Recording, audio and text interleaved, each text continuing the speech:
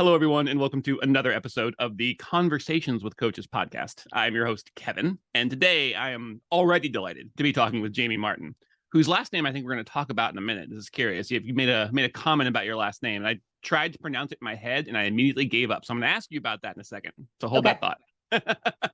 Jamie is a life and leadership coach who partners with people who have been going so long that they've lost themselves.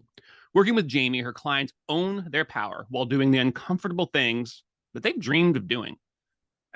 Pretty straightforward, pretty magical sounding, yes. Pretty practical, quite frankly. So, Jamie, I'm really glad you're here. That's the engineer in me, practical. I love it. Oh, now I'm even more excited to get into the conversation. So it's that combination of like dream and engineering, the high stuff and the nitty gritty, the gritty stuff, 30,000 feet, and then like in the trenches. I love it. Mm-hmm. Awesome. I'm so glad to have you here. So real quick, your maiden name, is that something people still say, like your name before you were married? Yes, maiden name is still something people say. Was Karczewski. Okay. I can see it. Nice. Okay. It looked, is it Polish? It is very Polish. Okay. Very Polish. Looks familiar. Yes. And I joke, I really did spend about 6 months before I got married trying to convince my husband to keep my maiden name. Cause I was like, dude, there's 1,000 Martins out there. There's not that many Karczewskis. It's like, it's a trade-off. And he looked at me and said, I have yet to learn to pronounce it, and I am never going to spell it. But if I didn't know how to spell, like if I knew the first 5 letters, you'd be the first thing to pop up on any search, on any social media platform, anywhere. You'd be the first name, Jamie. What now? But they'd find you. They'd see it. Like, that one. Yeah. That one. That's her. Exactly.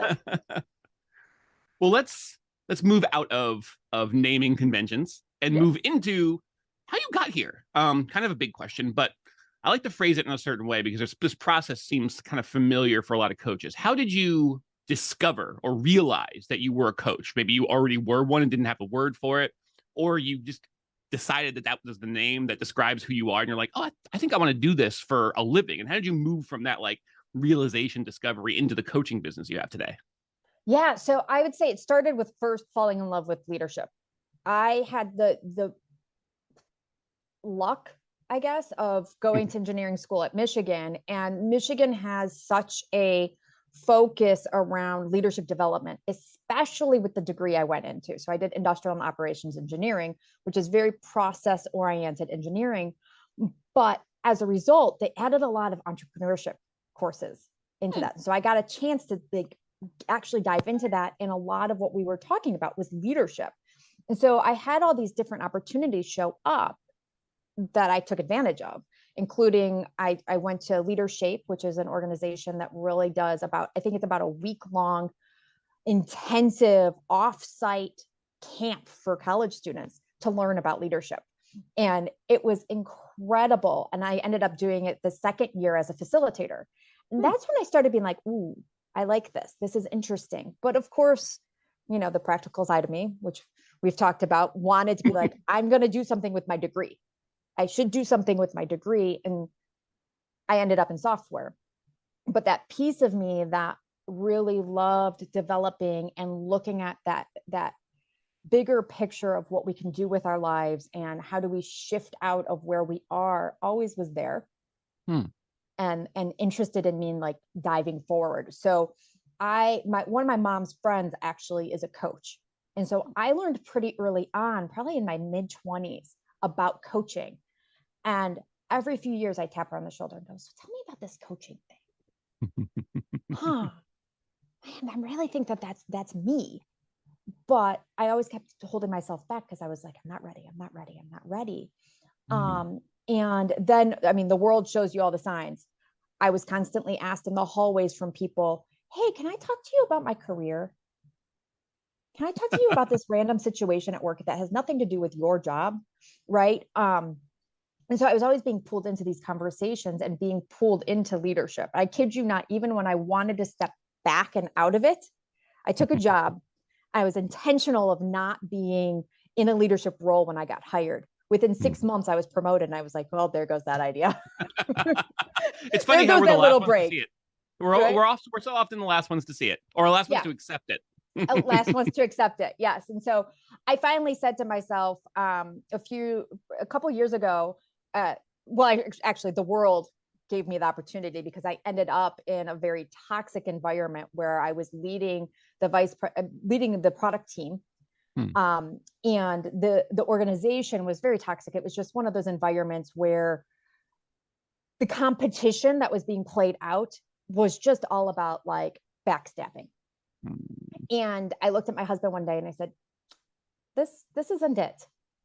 You know, what my vision is to really start to empower people. I'm a servant leader first and foremost. I had my boss tell me that. He said to me, Jamie, you are the only servant leader I know, and I know a lot of people who call themselves servant leaders.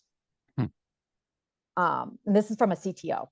Yeah. To give you perspectives. And so that really resonated to me. I was like, oh, I'm not doing what I should be doing. Hmm. And so I sat down with my husband. I said, that coaching thing I've been mulling over for 17 years. It's time. It's time to do it. And he said, oh, good. Go do it already. See, Like, everybody else already knows. everybody else already knows, you know, and he was so supportive of it. I was like, all right, let's do it.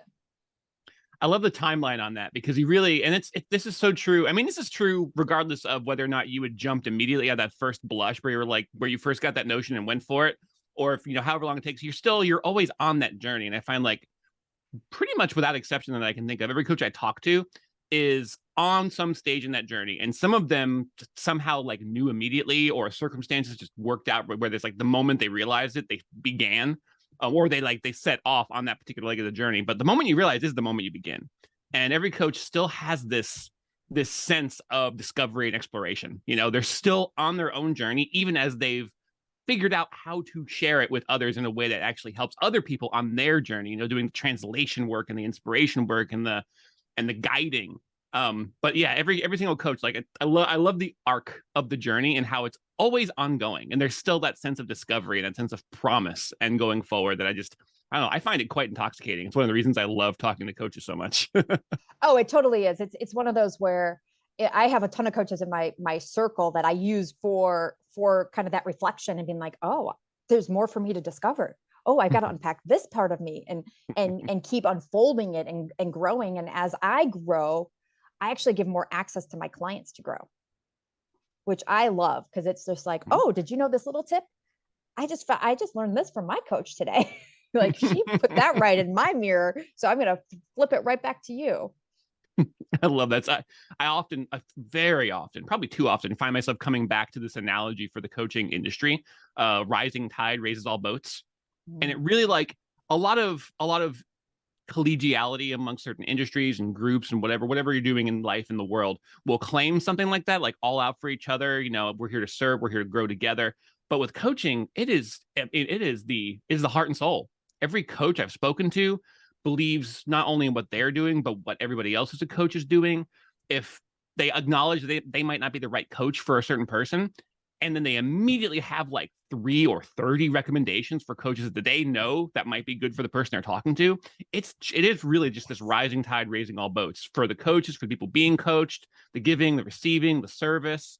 It's really beautiful. And I know I'm kind of painting a poetic picture, but it truly is. If you've gotten a taste of it at all, it really is magical.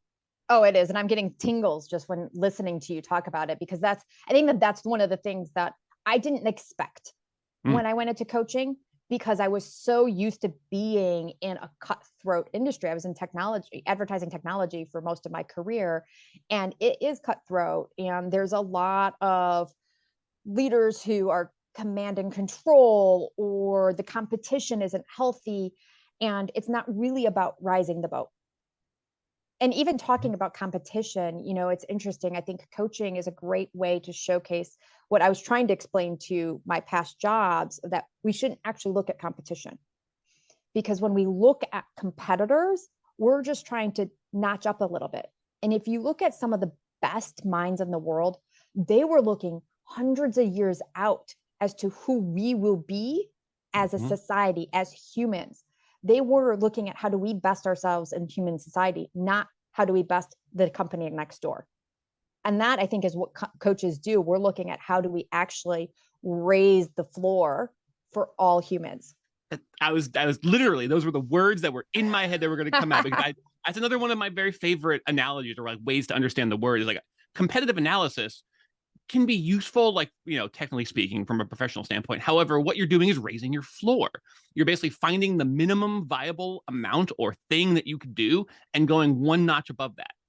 And that's, it's good to know where that floor is, just to get the lay of the land is what I like to call it. It's good to know where that's at, but to base your efforts on that, you are limiting yourself. You're looking to do the minimum, which is absolutely not what coaching is all about. Coaching is about, like you're saying, it is about finding whatever the maximum is and then seeing what's past it.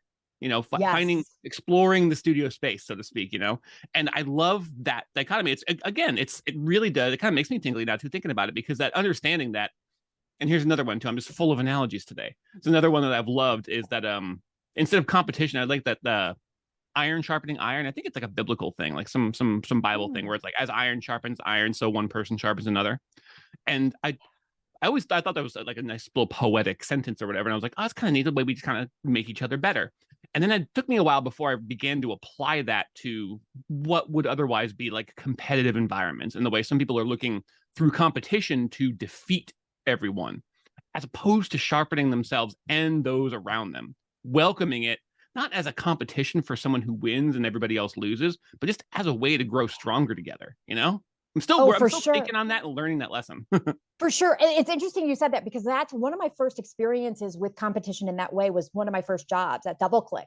And it took me 10 years after to realize that was what was happening, because the product leaders in the organization, it was all about if I move my product forward, well, I can't, there's such different lines of product and industry that they couldn't actually compete to defeat, but they had to compete to bust each other as to like, how much revenue did we bring in? Oh, we brought in this much, right? And it wasn't about degrading the other one. It was, we all have enough. And I thought it was such a great way to showcase it. They had no idea that they were doing this. I mean, I loved the guys, but there was no intentionality in this competition. It was truly competition as if they were siblings, right? But when I was able to take the step back, I was like, wow, they were really, like you said, sharpening each other's iron.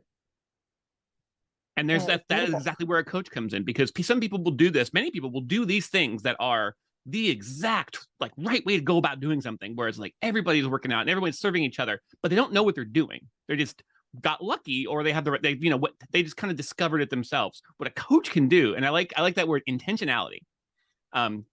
Identify it, articulate it, actually be able to talk about it, get your hands around it, get your mind around it, and then do it intentionally.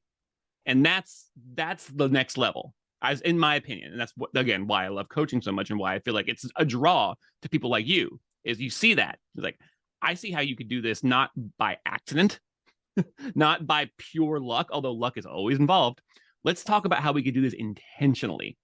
And quite literally. And I love that you have the engineering background too, because this is also a huge part of coaches too. It is the system, the plan, the framework, the blueprints, and it's that guidance, that adaptability, that agility, that kind of rolling with it, identifying that personalization that makes the whole experience very unique, even as it's applying a proven system that works. I'm gonna keep gushing at you all day. Well, it's funny because somebody asked me how does product management, because that was where I really focused my career in, how does that match up with coaching? And I was like, it's the same framework.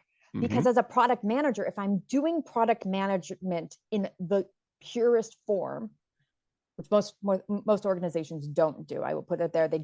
Poor product managers do not get the time or the quality to do this, or the support to do this. But what they're doing is actually stepping into the client's space and saying, let's dig further.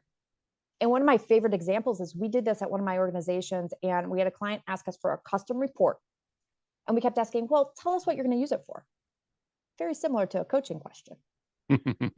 And as we kept asking and going further and further down, we found out that what they were doing was they were asking for a custom report for a custom process that they built for another vendor. And when we got to the end report, we were like, we can give you that end report. We can give you this. And so it's the same kind of aha and exploration that you go through with coaching is, let's dig a little further. Oh, you mean that what I'm doing with my parents over here is what I'm doing with my boss over there? Oh my gosh. Okay. So now I can be intentional about shifting that and shifting my realization, or even shifting, oh, my boss is actually lashing out at me, not because of me. There's something else going around. Now I can be intentional about how I receive that person's energy. I like the use of the R word, receive, as opposed to react. How I will receive, because there's choice there. There is reaction in that stew, but it's not only reaction. I receive is I love that. I love that. It's all about intentionality. It really is. There's actually while you were talking, I was reminded of a coach I spoke to a few months ago, who I'm still in love with this man. Like any chance I get to talk to him, I do. He's one of those people who just makes you feel really calm and strong just from talking to him, and he's so warm and sweet. But anyway, I'll stop gushing about him. But he likes his big knock your socks off when he's first like getting to know a client is, he, in one way or another, however it comes out, he basically says to them, I'm not here to answer your questions, I'm here to question your answers. Actually, I just listened to that podcast that you did with him. I did. I did. I think I titled it because when we were talking, he said it that way, and it was one of those where like I'm a host, and so I'm like, I have to be a little afraid of dead air, but I just wanted to sit with it. It was so like I wanted to stay in the conversation, but then I spent like a good chunk of the rest of my evening just kind of sitting, and I went back and re-listened to it and kind of thought about some of the things he said, because it was just one of those things where it's like, yep, that is it, in a way that it's both like very succinct and complete in and of itself as an idea, and also gets you asking so many other follow-up questions, and like, how does this apply in the other areas of my life? And I loved your story too about that like project management story that really has a lot to say about how you move through your life personally, and your family, your relationships, professionally, your career, all of it. And it's like it's there, it's all there waiting for you for a guide, a coach, perhaps, to come and show you where all these stories are and where you can put the work in. It's man. Well, and it's interesting because when you were saying that quote again, what hit me is I keep going back to the business person side of this conversation, and I'm like, wow, wouldn't it be brilliant for people who are trying to be innovators to actually do what he said, question the answers, because that's where innovation's really gonna land. That's where it's the magic meets the road, is when it's like, oh, let's question that answer. And then we go deeper and we go deeper. And now Spark, all of a sudden, we've got a brand new product that changes the world.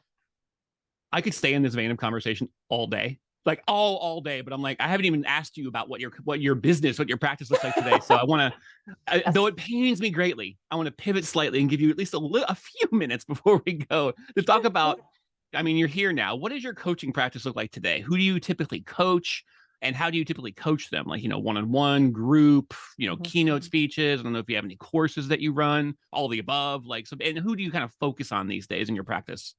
Yeah, most of who shows up in my space right now, and I'm intentional about that because I've noticed that there's a shift in who shows up over time. But most of them are women. And I was intentional about targeting women when I left technology, primarily because, quite frankly, I was ready to be surrounded by women. I was surrounded by guys for a very long time. Guys in tech. So guys in tech, yes. I'm sorry. Surrounded by engineers. Yes, thank you. And I love them all dearly, but I needed some space for some women. So I primarily work with women in technology. I do see a veering of that a little bit off of the tech side of things. And my work really is a combination of one-on-one coaching. That's my primary coaching, but I am starting to do some foray into group coaching. And I do a ton of speaking. So I'm actually speaking at Elevate shortly here. I'm speaking at the Association of Women, I'm going to butcher this, Accounting Financial Association for Women. Okay. Conference. I was trying to make sense in my head. I was like, no, it doesn't say it. It's not a word. It's just letters. Yeah, it's a lot of letters. So I do a ton of speaking, and a lot of my speaking, has been around making time for your goals or overcoming feedback, but I'm starting to open up to things like trusting in leadership. Like, how do you build trust as a leader? What does that look like? And a few other topics that I'm incubating right now. I heard the word that came out of your mouth was incubating, which I am stealing. Love it. I do that all the time. Like, what do they call them? Is it a portmanteau? I think it's when you take two words and mash them together and make a new word, whether on purpose or an accident. And I do it accidentally all the time. And incubating is probably my new favorite one. I'm gonna go upstairs later on when I like go bake a cake. So probably tomorrow. I baked my first cake this weekend. Oh, congratulations! Thank you. As an engineer, I feel like baking would appeal. Definitely. Oh, I love baking. There's a precision to it of timing and ingredients and everything. It's like, oof, it scratches a really good itch for me. Oh yeah, I used to love baking bread. That was so cathartic and lovely. I have a 2-year-old though, so you barely have time to eat bread, let alone bake bread. Bake bread, exactly. A lot of peanut butter and jelly sandwiches in my life right now. Well, speaking of that, although I would love to keep you and steal you for much longer, I should let you go. But before I do, where can people, another 2-part question, where can people learn more about you, what you do, who you are, and also where can people best connect with you? I know maybe like there might be a website or somewhere where it's a good, like they can get to know who you are and what you do and how you do it. But where do you like to make new connections, start conversations with new clients or prospects or other coaches? So yeah, where do you go to find out more about you, and where do you connect? So people can find out more about me at jamiemartincoaching.com. Pretty simple. Very straightforward. And then I'm on LinkedIn, Instagram, and Facebook. I would say Instagram and LinkedIn are the best places. You can actually, if you're in the professional world, LinkedIn is a great place to find out far more about me and my history and my coaching. So that's for both Instagram and LinkedIn. It's Jamie Martin Coaching also. Then LinkedIn, it's Jamie Martin. Parentheses, Karczewski. There you go. Look, so if you put in the first like 5 letters of that last name, Karczewski, you'll find only you. Yes. Well, Jamie, this has been an absolute delight. I just want to thank you for being here. Like I said, I totally could have kept you for longer. I might just have to reach out and have you back on for part 2, just so we can do some more of that like concept stuff, that concept work, and stories from the front lines, so to speak. I would love to join you again. All right. Well, thank you. And to the audience, I hope you had at least at half a good a time as I did, because then you had a really good time. So find out more about Jamie, connect with her, reach out. She's obviously really fun to talk to. And I have a feeling you can learn a lot. So reach out, connect, and we will talk to you again very soon.